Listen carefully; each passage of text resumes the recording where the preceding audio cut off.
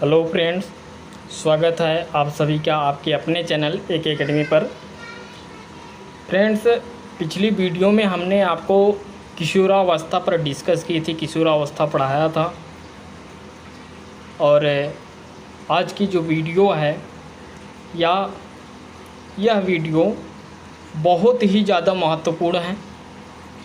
सभी टीचिंग परीक्षाओं के लिए बहुत ही ज़्यादा महत्वपूर्ण है, चाहे वह सीटेट हो, चाहे यूपीटेट हो, चाहे एचटेट हो या DSSB हो। जितनी भी टीचिंग परीक्षाएं हैं सबके लिए बहुत ही महत्वपूर्ण टॉपिक है। आज हम थॉर्नडाइक, जो कि CDP के बहुत ही ज़्यादा महत्वपूर्ण और प्रसिद्ध वैज्ञानिक हैं, तो थॉर्नडाइक पर आज हम चर्चा करेंगे। उनकी थ्योरी बहुत ही फेमस है, बाल विकास एवं शिक्षा मनोविज्ञान में बहुत ही ज़्यादा महत्वपूर्ण थ्योरी है। और आज इस थ्योरी का हर एक डाउट क्लियर होने वाला है, एक एक पॉइंट क्लियर होने वाला है। आप कभी भी थॉर्नडाइक को नहीं भूल पाओगे। इन्होंने क्या नियम बताए हैं, क्या सिद्धांत दिए हैं और क्या प्रयोग किए हैं, और शिक्षा का क्षेत्र में इसका महत्व क्या है, आज सारा कुछ जानेंगे। थॉर्नडाइक का सिद्धांत, प्रयास एवं त्रुटि का सिद्धांत बहुत ही ज़्यादा महत्वपूर्ण है। तो पहले हम थॉर्नडाइक को जान लेते हैं कि वो कैसे वैज्ञानिक थे, कहाँ के वैज्ञानिक थे, कहाँ के रहने वाले थे, कितने नियम बताए हैं, कितने सिद्धांत बताए हैं और क्या इनका प्रयोग किस पर रहा है। ठीक है, तो चलते हैं, हम आगे बढ़ते हैं, शुरू करते हैं टॉपिक को। बिल्कुल एक एक पॉइंट समझिएगा। कहीं भी डाउट होता है, कहीं भी आपको डाउट लगता है तो आप कमेंट सेक्शन में कमेंट करके आप मुझसे पूछ सकते हैं, और इनसे जुड़े कुछ क्वेश्चन भी बताऊंगा, कुछ क्वेश्चन और आंसर भी बताएंगे। ठीक है, तो आगे बढ़ते हैं। पहले हम जान लेते हैं थॉर्नडाइक का सिद्धांत। थॉर्नडाइक के बारे में थोड़ा सा जान लेते हैं कि इनका परिचय क्या है। थॉर्नडाइक अमेरिका के वैज्ञानिक थे। कहाँ के वैज्ञानिक थे? अमेरिका के वैज्ञानिक थे, अमेरिका के मनोवैज्ञानिक थे। और इन्हें पशु वैज्ञानिक भी कहा जाता है, क्योंकि इनका जो प्रयोग रहा वो जानवर पर रहा है। किस जानवर पर है हम आगे बता रहे हैं अभी आपको। प्रयास एवं त्रुटि सिद्धांत क्या दिया है इन्होंने? प्रयास एवं त्रुटि का सिद्धांत दिया है। और प्रयास और त्रुटि का सिद्धांत, कई सिद्धांत दिए इन्होंने, अभी आगे आपको सब पता चलेगा। पहले कुछ क्वेश्चन देख लेते हैं। अधिगम का सबसे पहला नियम किसने दिया? थॉर्नडाइक ने, पहला क्वेश्चन। दूसरा है शिक्षा मनोविज्ञान के जन्मदाता किसे कहा जाता है? तो शिक्षा मनोविज्ञान के जन्मदाता थॉर्नडाइक को कहा जाता है। और थॉर्नडाइक ने कितने नियम बताए हैं? तो इन्होंने मुख्यतः 2 नियम बताए हैं। वो नियम कौन कौन से हैं देख लेते हैं। पहला है मुख्य नियम और दूसरा है गौड़ नियम। और मुख्य नियम में इन्होंने 3 नियम बताए हैं और गौड़ नियम में इन्होंने 5 नियम बताए हैं। थॉर्नडाइक ने मुख्य नियम में 3 नियम बताए हैं और गौड़ नियम में 5 नियम बताए हैं। ठीक है, तो सबसे पहले मुख्य नियम में देख लेते हैं, मुख्य नियम में क्या क्या इन्होंने बताया है। मुख्य नियम में पहला नियम है अभ्यास का नियम। एकदम बिल्कुल ध्यान से पढ़ लीजिएगा, ध्यान दे दीजिएगा इस पर। मुख्य नियम में पहला नियम है अभ्यास का नियम, दूसरा नियम है तत्परता का नियम और तीसरा नियम है प्रभाव का नियम। ठीक है, देख लेते हैं। तत्परता का नियम दूसरा है और तीसरा है प्रभाव का नियम। ठीक है, 3 नियम इन्होंने मुख्य नियम में बताए हैं। कितने नियम बताए हैं? 3 नियम, अभ्यास का नियम, तत्परता का नियम, प्रभाव का नियम। और गौड़ नियम में क्या? गौड़ नियम में इन्होंने पहला नियम बताया है बहुप्रतिक्रिया का नियम। क्या? बहुप्रतिक्रिया का नियम। और दूसरा है मनोवृत्ति का नियम। ठीक है, तीसरा है आंशिक क्रिया का नियम, चौथा है आत्मीकरण का नियम और 5वां है सहचारी का नियम। ठीक है।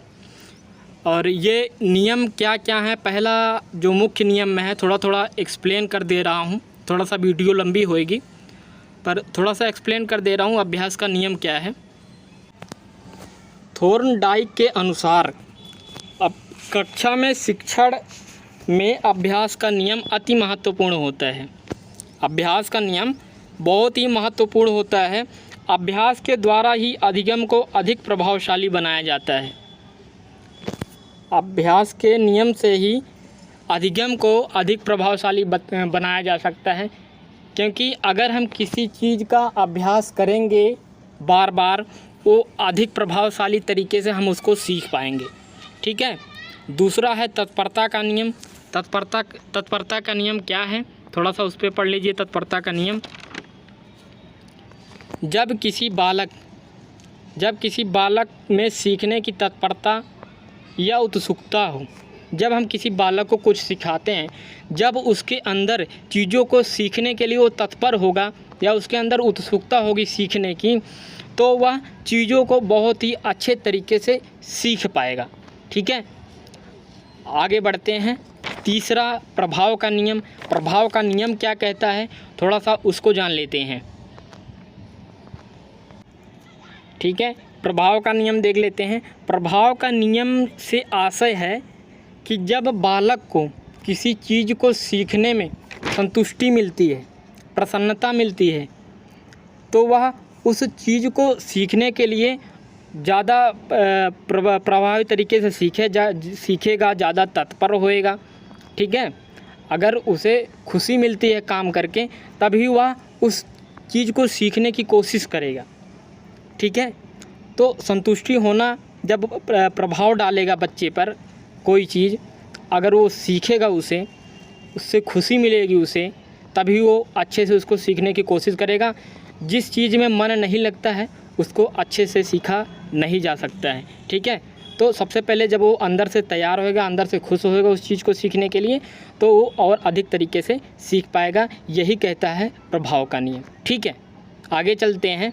गौड़ नियम में 5 नियम बताए हैं इन्होंने, तो गौड़ नियम देख लेते हैं। गौड़ नियम में क्या क्या इन्होंने बताए हैं। ठीक है। बहुप्रतिक्रिया का नियम देख लीजिए। बहुप्रतिक्रिया, बहु से मतलब ही आप शब्दों को पकड़िए। ठीक है। बहु का मतलब है बहुत तरीके से। अब ये सिद्धांत क्या कहता है कि जैसे आपके सामने कोई नवीन समस्या आती है, उसके लिए आप समाधान कई नए नए तरीके से समाधान खोजते हैं, तो वही बहुप्रतिक्रिया का नियम कहलाता है। जैसे कि आप कहीं कार्य कर रहे हैं, आपके सामने कोई नई मशीनरी आती है, आपको उसे चालू करने या स्टार्ट करने के लिए कहा जाए, तो आप उसे अगर नहीं जानते उसके विषय में, तो आप कई तरीके से उसे स्टार्ट करने की कोशिश करेंगे, कई तरीके से उसे ऑन करने की कोशिश करेंगे, नए तरीके का इस्तेमाल करेंगे, क्योंकि आप उसमें व्यक्तिगत पूरा जानकारी नहीं होती है। तो यही बहुप्रतिक्रिया का नियम होता है कि किसी नई समस्या का नए नए तरीके से समाधान खोजना बहुप्रतिक्रिया का नियम कहलाता है। ठीक है। दूसरा देख लेते हैं मनोवृत्ति का नियम। मनोवृत्ति का नियम क्या कहलाता है, कैसे क्या कहता है, इसको देख लेते हैं। ठीक, आगे देखते हैं मनोवृत्ति का नियम। मनोवृत्ति का नियम, इस नियम के अनुसार सीखने वाला किसी काम को तब तक ठीक तरीके से नहीं कर सकता जब तक उस कार्य के प्रति उसके अंदर रुचि नहीं होगी। ठीक है। यही मनोवृत्ति का नियम है।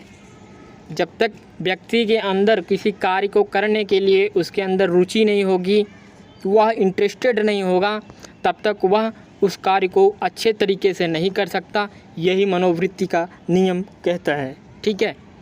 आगे देख लेते हैं आंशिक क्रिया का नियम क्या कहता है, उसको भी थोड़ा सा पढ़ लेते हैं।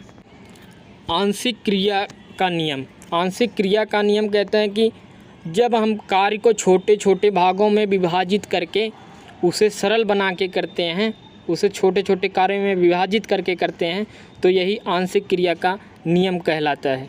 ठीक है। आत्मीकरण का नियम क्या है देख लेते हैं। चौथा देख लेते हैं आत्मीकरण का नियम क्या कहलाता है, क्या कहता है। आत्मीकरण का नियम, जब व्यक्ति पूर्व में कोई कार्य किया होता है किसी कार्य का अनुभव होता है, उससे जुड़ी कोई नवीन समस्या आती है, तो वह अपने पूर्व अनुभव के आधार पर उस कार्य को करने में सफलता पाता है। यही आत्मीकरण का नियम कहलाता है कि व्यक्ति अपने पूर्व अनुभव के आधार पर जब किसी नई समस्या का समाधान करता है, वही आत्मीकरण का नियम कहलाता है। ठीक है, आगे देखते हैं 5वां नियम क्या है। गौड़ नियम में 5वां नियम क्या कहलाता है? सहचर्य का नियम। ठीक है, ओके, देख लेते हैं हम सहचर्य का नियम। अगला सहचर्य का नियम है। सहचर्य का नियम क्या कहता है? इस नियम के अनुसार पहले कभी की गई क्रिया को उसी के समान दूसरी परिस्थिति में उसी प्रकार से करना सहचर्य नियम है। यानी यदि हम कोई कार्य पहले किए हों और दूसरी परिस्थिति में भी सेम वैसे ही कार्य मिलता है, तो हम उस कार्य को बहुत ही आसान तरीके से कर सकते हैं। यही सहचर्य नियम है। अब आगे पढ़ लेते हैं एसआर थ्योरी। बहुत बार आया, रिपीटेड क्वेश्चन है। सीटेट, यूपीटेट या किसी भी टीचिंग परीक्षा में बहुत बार पूछा जाता है कि एसआर थ्योरी का प्रतिपादन किसने किया? तो थॉर्नडाइक ने किया था। ठीक है, अब जान लेते हैं कि एसआर थ्योरी है क्या। ठीक है, देख लेते हैं एसआर थ्योरी क्या है। अभी आपको हमने बताया एसआर थ्योरी का प्रतिपादन थॉर्नडाइक ने किया। एस का मतलब है, पहले एस और आर को जान लीजिए कि ये दोनों है क्या चीज़, बाकी आपको खुद ही समझ में आ जाएगा। एस का मतलब होता है स्टिमुलस। स्टिमुलस का हिंदी में कहते हैं कि उद्दीपक, और उद्दीपक का सही अर्थ है लक्ष्य। ठीक है, और आर को कहते हैं रिस्पॉन्स। आर को रिस्पॉन्स कहते हैं, जिसका हिंदी में अर्थ होता है अनुक्रिया। यानी लक्ष्य को प्राप्त करने के लिए जो कोशिश या जो क्रिया की जाती है, वही अनुक्रिया कहलाती है। उद्दीपक और अनुक्रिया का सिद्धांत भी थॉर्नडाइक ने दिया है। ठीक है, यही एसआर थ्योरी कहलाती है। और उद्दीपक और अनुक्रिया के बीच, उद्दीपक और अनुक्रिया के बीच का जो संबंध होता है, उसे ही अनुबंध कहा जाता है। इंग्लिश में बॉन्ड कहा जाता है। ठीक है, अगर क्वेश्चन में पूछ लेता है कि अनुबंध का सिद्धांत किसने दिया, तो किसने दिया? थॉर्नडाइक ने। ठीक है, एसआर थ्योरी का प्रतिपादन किसने किया? थॉर्नडाइक ने। सेम चीज़ें हैं। ठीक है, बस उसे हिंदी बोल देता है, उसे इंग्लिश में एसआर थ्योरी कहा जाता है। और इस जो दोनों के बीच की क्रिया, जो दोनों के बीच को जोड़ता है, जो संबंध होता है दोनों के बीच में, उसको ही अनुबंध कहते हैं। ठीक है, उसे ही अनुबंध का सिद्धांत कहा जाता है। अब इन्होंने 5 सिद्धांत दिए हैं। सिद्धांत जान लेते हैं। पहला है संबंधवाद का सिद्धांत, दूसरा है प्रयत्न भूल का सिद्धांत, तीसरा है प्रयास व त्रुटि का सिद्धांत। ठीक है, सिद्धांत में से कोई भी सिद्धांत पूछ ले, आप भूलिएगा मत। संबंधवाद बताया नहीं हमने कि अनुबंध जो होता है वही संबंधवाद सिद्धांत है। ठीक है, प्रयत्न या भूल का सिद्धांत। ठीक है, प्रयास व त्रुटि का सिद्धांत, कुछ भी कह लीजिए, चाहे प्रयत्न या भूल का सिद्धांत कहिए, चाहे प्रयास या त्रुटि का सिद्धांत कहिए। ठीक है, संयोजनवाद का सिद्धांत थॉर्नडाइक ने दिया। उद्दीपक और अनुक्रिया का सिद्धांत थॉर्नडाइक ने दिया। यही एसआर थ्योरी है। ठीक है, अब प्रयोग, जो एसआर थ्योरी का प्रयोग हुआ है वो किस पर हुआ है, देख लेते हैं एक बारी। एक मिनट, किस पर हुआ है? एक बिल्ली पर हुआ है। प्रयोग इन्होंने किस पर किया, अभी आप जान जाएंगे कि उद्दीपक और अनुक्रिया क्या है। ठीक है, अब देखो इन्होंने प्रयोग किस पर किया, बिल्ली पर किया। और कैसे किया, देखिए, पिंजरे में कैद बिल्ली, एक बिल्ली को इन्होंने पिंजरे में कैद करते हैं ये, और वह बिल्ली भूखी होती है। भूखी बिल्ली को पिंजरे में कैद करते हैं और बाहर मरी हुई मछलियाँ रख देते हैं। अब इनकी कहानी सुन लीजिए कि किस तरह से इन्होंने प्रयोग किया। थॉर्नडाइक ने अपना प्रयोग एक भूखी बिल्ली पर किया। थॉर्नडाइक ने एक भूखी बिल्ली को पिंजरे में कैद कर दिया। ठीक है, बिल्कुल ध्यान से समझिएगा इस कहानी को, और आपको बिल्कुल जो थॉर्नडाइक की थ्योरी है कभी भी भूलेगी नहीं। एक भूखी बिल्ली को पिंजरे में कैद कर दिया, पिंजरे के बाहर कुछ मरी हुई मछलियाँ रख दी। ये देख लीजिए, मरी हुई मछलियाँ रख दी इन्होंने बाहर। अब क्या करेगी, बिल्ली भूखी होएगी तो मरी हुई मछलियों को खाने की कोशिश करेगी, क्योंकि उसे भूख लगा होएगा। वो खाने की कोशिश करती है और मछली को देखकर, अब यही है, ये मछलियाँ